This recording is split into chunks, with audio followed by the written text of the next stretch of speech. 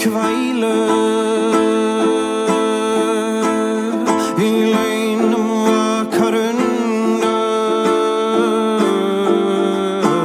strid som frender råker fallen åker.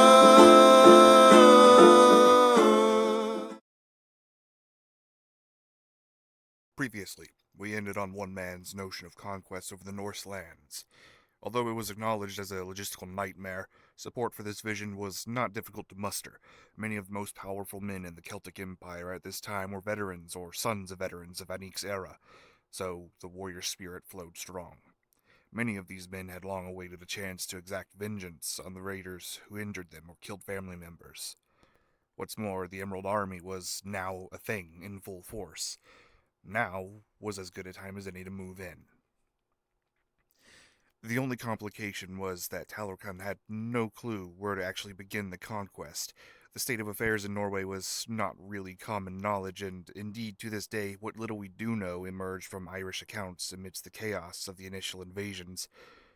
We knew Norway was not united and sported no fewer than 4 different kings: Ub, Alvor, Bjorn, and Marcos, a former Varangian. There are reports that the different armies of these kings did not get along enough and fought each other during battle with the Celts. Ultimately, Talorcan chose to approach on 3 fronts: the southern coast, Aparsfjord, and perhaps most notably, Rogaland. Drawing on reports written after past raids, Talorcan drew the conclusion that the Rogish were the largest threat in the region and chose to send the largest of the 3 invasion fleets to them and meet them on their beaches. However, after Sigfrida's kingdom crumbled, the townships of Rogaland actually lost population in the ensuing territorial conflicts. This nonetheless proved to be a boon, as it meant Rogaland was easy to sack and occupy, allowing for the rapid establishment of an Emerald Army base from which support could be sent to the other fronts. On the southern front, led by Dugal Macmillan, met with the army of King Marcos. They attempted to bait the army out into the sea for an easy flank and strike, but Marcos was trained in the ways of Roman warfare and deployed archers, firing volleys of fire arrows at the ships. Recognizing landing was the only option, Dugal ordered the fleet to disperse and land in 2 locations apart, attempting to surround Marcos. Ultimately, this worked, as Marcos chose to follow Dugal into a stone quarry, allowing the bulk of the Celtic army to flank behind and press the central Norse retinue into a massacre. Dugal famously ripped his way through the Norse lines to safety, earning him the nickname the Bloody, and terrified the other Norse flanks into dispersing. Marcos himself was miraculously captured amidst the quarry siege, along with 2 of his lieutenants, who were all hanged and left near the township of Bilja. Another of his lieutenants, Hadvar, evaded capture and fled east to call upon Sweden or Denmark for assistance, but Sweden was in the middle of a decade-spanning civil war after the Vedel clan seized power, and Denmark simply didn't respond. The Central Front was led by Marius Weyer, and was characterized by numerous skirmishes and manhunts to take out the scattered Norsemen, followed by the rapid construction of a fort. Following the disaster on the southern front and receiving no aid from Sweden, Hadvar gathered his host and set to knocking down trees a good ways north of where the central Celtic fleet landed. They were building a fort, using techniques Marcos taught Hadvar after returning from Constantinople. The positioning was strategic. The southern front was a loss, so the fort's location, almost exactly where the city of Bergen now sits, was chosen to be a base for sending detachments south while gating the north, Hadvar being unaware of the planned Third Fleet headed to Aparsfjord. Something Hadvar did not anticipate was the meddling of one of his slaves, a Swedish scribe trained in writing Greek, named Snorri. Snorri met in secret with Celtic officers who were masquerading as Saxon traders in order to communicate a plan to infiltrate Old Bergen Fort. Finally, the Third Fleet arrived and surrounded the crude fort, claiming the area for the Celts. The sparsely populated northern regions were the fastest to fall to the Celtic rule, whereas the lower fjordlands and inner valleys took a lot of time to push back. Yet Talorcan refused to back down. The most restricting hindrance the Celts faced was, naturally, the brutal winters of Scandinavia bombarding every year and interrupting all campaigns, communications, and supply lines. The Celtic soldiers did prepare for this climate with the help of Icelandic specialists, but of course, all the preparation in the world can only carry you so far in a rough winter. The rest must be suffered, and the Norse understood this better than anyone. Nonetheless, the snow generally did stop both sides, often trapping hosts of soldiers who would then starve or be picked off by hungry wolves. Audrey Talican himself met the latter fate in 945, reportedly fighting off 3 wolves amidst the pack that was encircling his regiment's position. He survived the encounter, but was critically wounded such that doctors were impelled to amputate his left leg and right hand. Now essentially disabled, Talican did not participate in any further skirmishes, though he didn't allow it to slow him down in debating tactics behind the scenes. Needless to say, with the relentless Norsemen and brutal wilderness both weighing, morale on the Celtic side of things was not at a high point. Many soldiers deserting service after concluding the land was not worth all this effort. Many of these soldiers did not have family in Ireland, or did not want to return to their family, choosing to instead buckle down and settle in Norway anew. These soldiers were frequent targets of roving Norse bandits, especially those loyal to Hadvar, whose reputation waned over the decades in which these conquests occurred. To them, surviving the attack on Old Bergen Fort via retreat was widely seen as a cowardly gambit.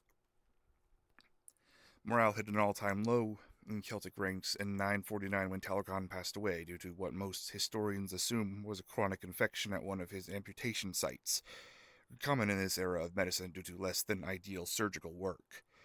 Though the Emerald Army was not having a good time, something changed in the 16 years since the conquests began. The Norsemen were slowly but surely losing, and people within the Celtic Empire began to take notice. Even in the face of how horrible winters could be, many Celts found the prospect of settling a new frontier to be exciting, not least because the aristocracy of the Warban court had a stranglehold on social and economic mobility within the empire.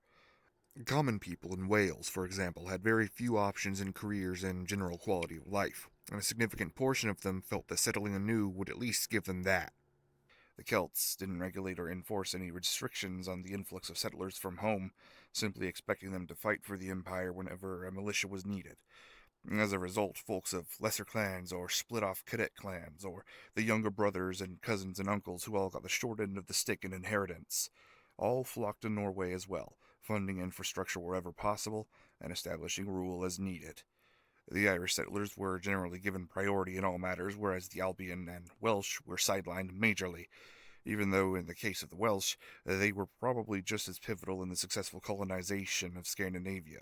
Welsh settler families, with their own aristocracy, albeit viewed as lesser, would later be dubbed Samrega, from Cymraeg, and operate as a historically oppressed class despite their contributions. The core settlement of Norway took place over the next decade. Following Talokan on the lists of Ardritha was Dougal the Bloody, the aforementioned madman who ripped and tore his way out of a stone quarry he willingly was trapped in. A son of a previous Ardri, Njalan the Warrior, Dougal was far more bloodthirsty than even Talokan, and he was one of the few Celts the Norsemen widely and openly feared. He is perhaps most known during his rule for inviting Hadvar to personal combat on neutral ground in 951.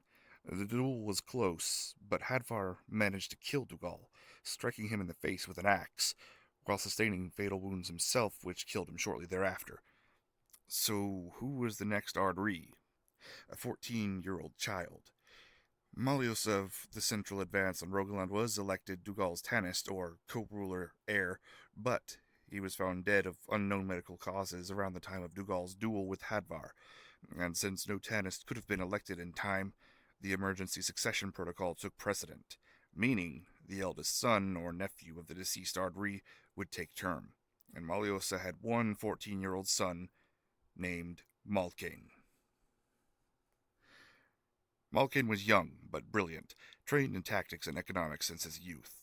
He often confided in one Albrand Wolmorkada, who fought to prevent the Vipers at the court of Dublin from manipulating the lad. Albrand only asked for a title in Norway once he retired in exchange. Malkain's first challenge as a ruler came from a Norse jarl named Jorgen Skildung, a distant cousin of the King of Denmark, who was turning heads with his campaigning and rhetoric of uniting the Norse to kick the Celts out. Jorgen got dangerously close to accomplishing exactly that. Malkain got the idea of trapping Jorgen and his host in the Nordfjell Mountains by blocking off all known passages. He notably employed the help of two clans who moved to Norway to start fresh, The Wakonkabarulad, or Wagonkabrot, or Red O'Connors, split from the O'Connors of Connacht, gaining the red descriptor by painting themselves red before battle as opposed to the baseline O'Connors who paint themselves green. And the Wakalita, or Mogalda, or O'Callady, who were kicked out of Ireland to live in Wales and have since chosen to move to Niórua. The Mogonkabrot, known more for their battle prowess, blockaded the western exit of the largest mountain pass in the Nordvale, whereas the Mogalda, more versed in the monetary matters, caused a rockslide to block the eastern exit. Naturally, Jurgen was forced to bottleneck through the western exit or starve, choosing instead to go down in a bloody rampage to impress his gods before death, so he would go to Valhalla. Some straggler hosts loyal to Jurgen's lieutenants then continued to poke the Celtic armies before they either surrendered or accepted slaughter. The year is 959. Most of the Norse war bands have been routed or put to flight in Sweden, which was becoming increasingly more hazardous to their kind as Rahulade's people were rubbing off on the populace. The mass Celtic settlement is booming and alleviating many pressures on the empire. Victory was afoot, but what did the future hold? Malkin saw things about Norway that many did not. He saw the surprisingly fertile land in the warm seasons, the excess of trees beckoning for a lumber industry, and most abstractly he saw how the coastline lent itself well to the construction of harbors. Not to mention the stacking debts from the conquests in the first place. To Malkin and Albrand it only made sense to declare Celtic Norway a merchant republic, a vassal to Ireland.